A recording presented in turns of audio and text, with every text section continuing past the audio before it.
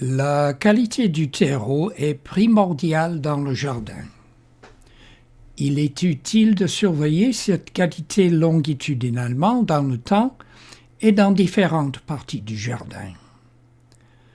Dans une scène du film Jean de Florette 1986, César Souberan, Yves Montand, teste la qualité du sol d'un jardin d'une manière assez insolite. Tandis que le neveu Hugolin aide Jean à labourer son jardin, il rêve aux récoltes qu'il pourrait faire sur une si bonne terre. Il emporte avec lui une partie de la terre pour la montrer à l'oncle César.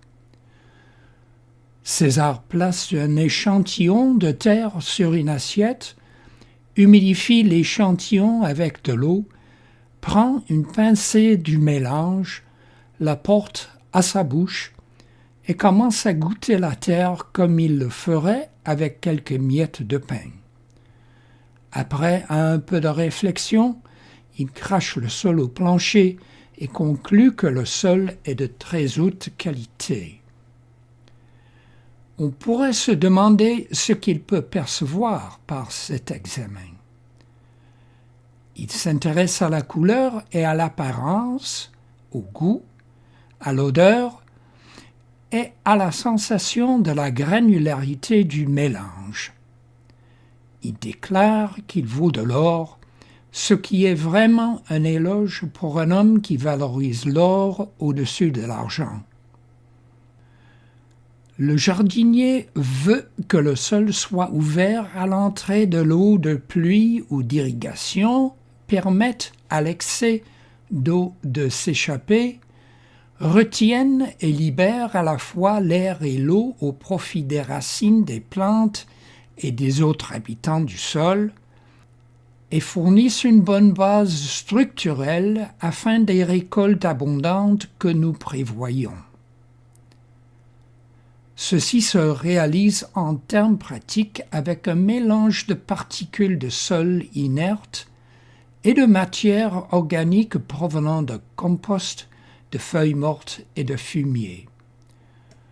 Le sol fournit la structure solide et les composants organiques maintiennent de petits trous dans la structure qui permettent le stockage et l'échange d'air et d'eau. Un test similaire est le test du bocal-maçon. Cette image présente un sol séparé en couches. Après une bonne secousse, les matériaux lourds tombent rapidement, des particules plus fines se déposent au-dessus du lourd et les matériaux organiques plus légers flottent principalement à la surface.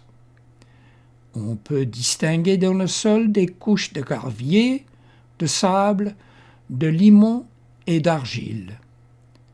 Les minuscules particules d'argile sont les dernières à se déposer. Le test du bocal-maçon ne peut pas nous indiquer la douceur ou l'acidité du sol. Il existe différents compteurs et quêtes de test qui peuvent aider le jardinier.